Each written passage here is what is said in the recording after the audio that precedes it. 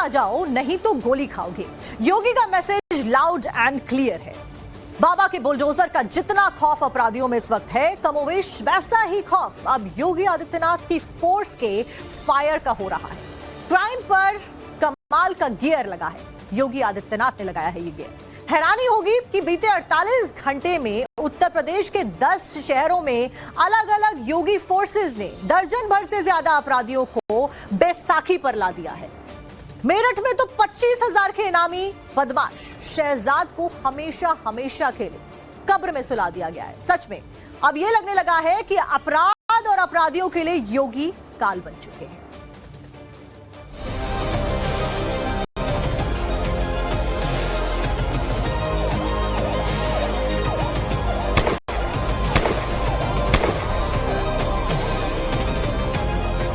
UP में योगी और योगी की फोर्स ट्रेंडिंग है। अपराधी, गुंडे और मवालियों की गिल्ली उड़ी हुई है। गजब का खौफ दिखाई दे रहा है। दो साउंड यूपी में सबसे ज्यादा सुनाई दे रहे हैं, बुलडोजर की गड़गड़ाहट और पिस्तौल की तड़तड़ाहट। खौफ सियासत में भी दिख रहा है। हमारे यहाँ भी घुसपैठी हैं यूपी में, मुख्यमंत्री जी उत्तराखंड के हैं। लेकिन सियासी खौफ की बात आगे। फिलहाल यूपी के हर शहर में अपराधियों का हाल बुरा है। योगी का और योगी फोर्स का नाम सुनते ही अपराधी या तो खुद की कब्र खुदते देख रहा है या फिर उसके ख्यालों में बैसाखी और पुलिस के कंधों पर लटकता हुआ वो खुद नजर आ रहा है। यूपी के मेरठ में आज सुबह ही योगी फोर्स ने 25,000 के इनामी बदमाश को एनकाउंटर में ढेर कर दिया। शहजाद पर 2 मासूमों से दुष्कर्म का आरोप था। शहजाद के खिलाफ कुल 7 आपराधिक मुकदमे दर्ज थे, जिसमें 2 मुकदमे पॉक्सो एक्ट के तहत थे। वो पिछले 5 साल तक जेल में बंद रहा। हाल ही में शहजाद जमानत पर बाहर आया था। जमानत पर बाहर आने के बाद शहजाद ने रविवार की रात तकरीबन 12:47 पर रेप पीड़िता के घर के बाहर फायरिंग की, इस मकसद से कि घरवाले डर जाएं, जिसका सीसीटीवी फुटेज भी सामने आया। उसके बाद योगी फोर्स ने मोर्चा संभाला और मुठभेड़ में शहजाद का सीना छलनी हो गया। इसी साल में एक बच्चे के साथ दुष्कर्म की गंभीर घटना की थी, जिसमें एक बच्ची काफी गंभीर रूप से घायल हुई थी।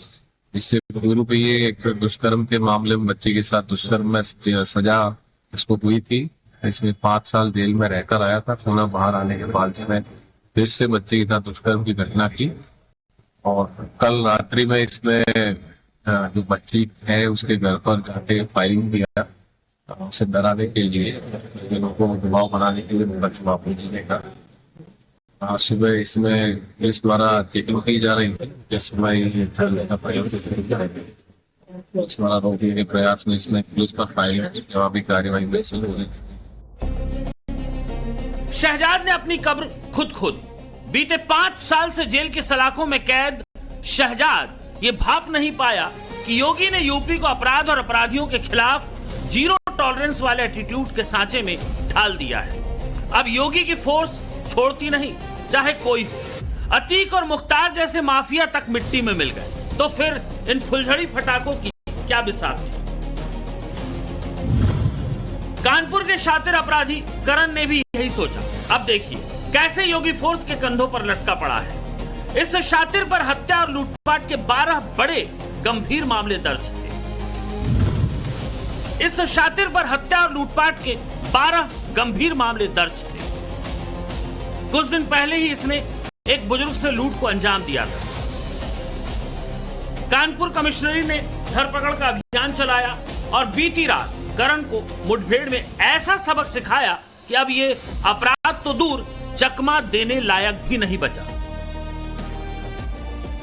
इसने 9 तारीख को एक लूट की घटना अंजाम की थी। एक मोबाइल स्नैचिंग किया था, लूट किया था और ऑपरेशन त्रिनेत्र और कैमरे के माध्यम से हम लोगों ने आइडेंटिफाई किया। 3-4 घंटे के बाद हम लोगों को पता चल गया कि क्रिमिनल कौन है, लेकिन टीम हमारी लगी रही। फाइनली जब एस्केप करने के यहाँ से भाग रहा था, उसमें इनकाउंटर हुआ है और इसको हॉस्पिटल भेजा गया। योगी फोर्स का अब ये ऑपरेशन देखिए। बीती रात मुजफ्फरनगर गोलियों की तड़तड़ाहट से गूंज उठा। मैं 6 घंटों के अंतराल में एक के बाद एक 2 मुठभेड़। इन दोनों मुठभेड़ में 6 अपराधियों का हिसाब ढीला कर दिया योगी फोर्स ने। 4 बदमाश आरिफ, राशिद, समीर और अरशद को तो पुलिस के कंधों पर लटकना पड़ा और 2 बदमाशों को पुलिस ने कॉम्बिंग में गिरफ्तार कर लिया। ये सभी इंटरस्टेट चोर गिरोह के सदस्य हैं। 4 तमंचे, 12 कारतूस, 2 गाड़ी और 1 मोटरसाइकिल समेत भारी मात्रा में इन लोगों के पास से चोरी का माल बरामद हुआ है। लेकिन अब देखिए कैसे माफी मांग रहे हैं।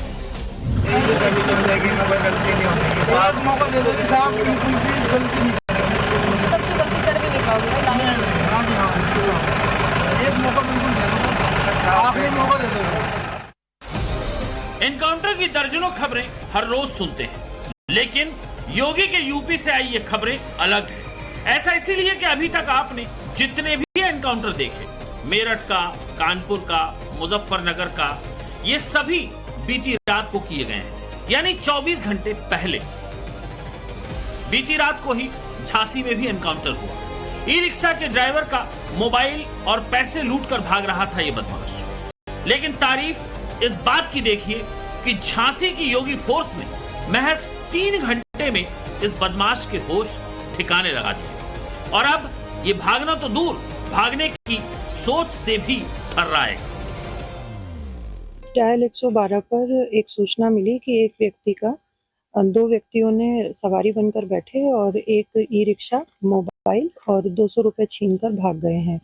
इस सूचना पर तत्काल सीपरी बाजार पुलिस सतर्कता बरतते हुए घेराबंदी की और धरपकड़ अभियान शुरू किया। उसी दौरान सुदामापुरी के आगे जंगल की ओर ई रिक्शा छोड़कर वो संबंधित व्यक्ति भागने लगे। जब उनको रोकने का प्रयास किया गया तो वो नहीं रुके और उन्होंने पुलिस पर फायरिंग कर दी।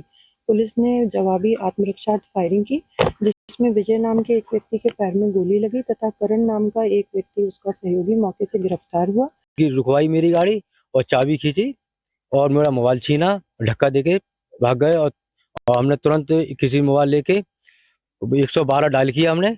उधर घेराबंदी हुई है, किसे पकड़ी है, मेरा मोबाइल और मेरा ई रिक्शा, दोनों चीजें। हाँ, और 200 रुपए बस। आपने पुलिस को खबर कर दी थी। फिर पुलिस ने अपनी कार्रवाई घेराबंदी करके मुलजिम को पकड़ा उनको।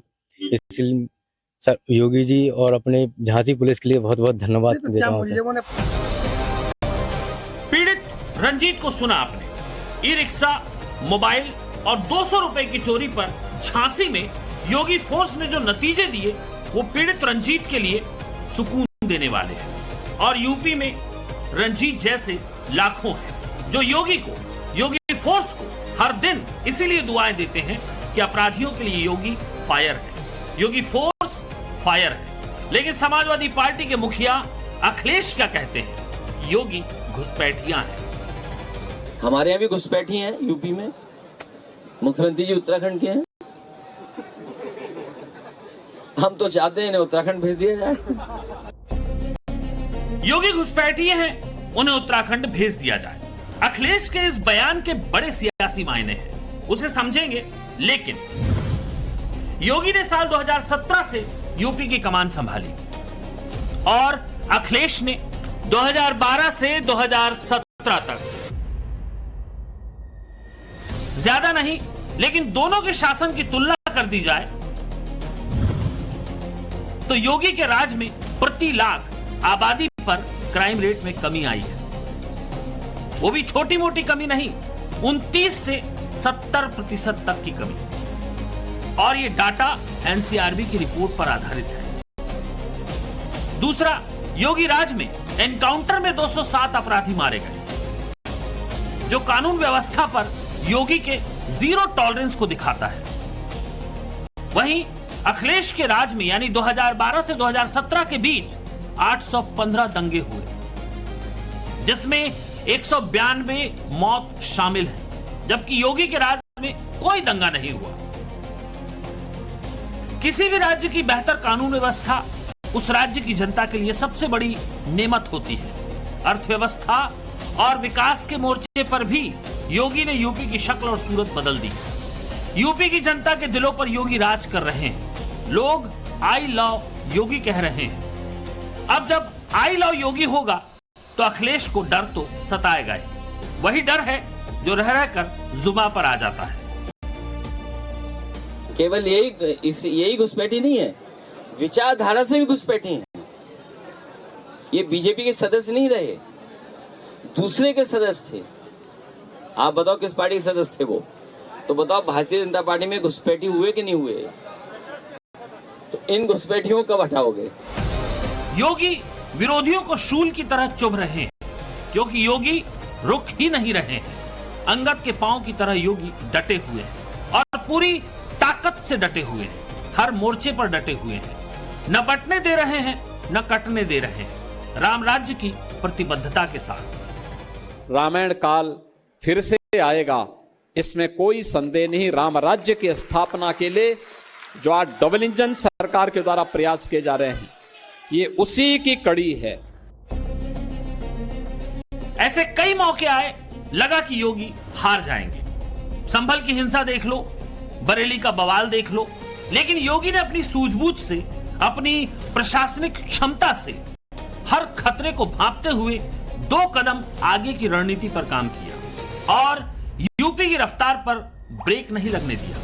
बाकी सियासत में ऊंट कब किस करवट बैठता है, ऊंचे पर बैठता है या नीचे पर, यह वक्त की बात है। सामने 2027 है और योगी फुल फोर्स के साथ उस परीक्षा के लिए तैयार है। ब्यूरो रिपोर्ट, टाइम्स नाउ, नव भारत।